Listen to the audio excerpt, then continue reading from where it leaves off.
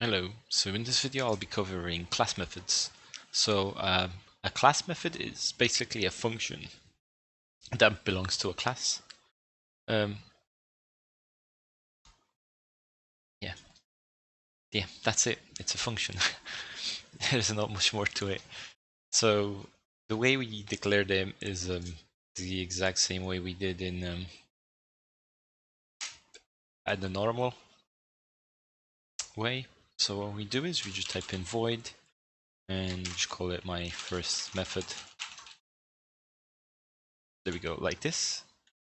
And that'll give us a little underline, but that's because we have to do this basically. We have to write it out like this. So you put the line, 2 dots, my first method. The cool thing about Visual Studios is that you don't have to write that out manually. You can just right click and it will create it for you. And just like with any function, we just type in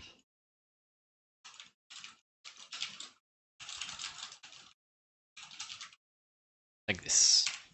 So we can just type anything that we want.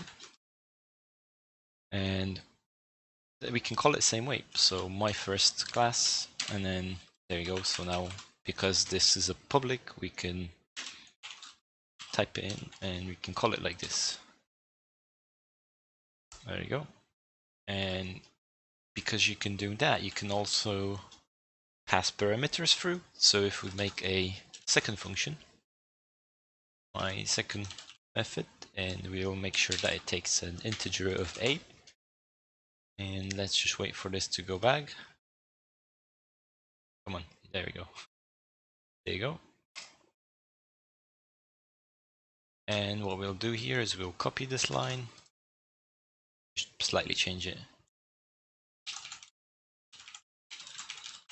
And we'll just put A in here.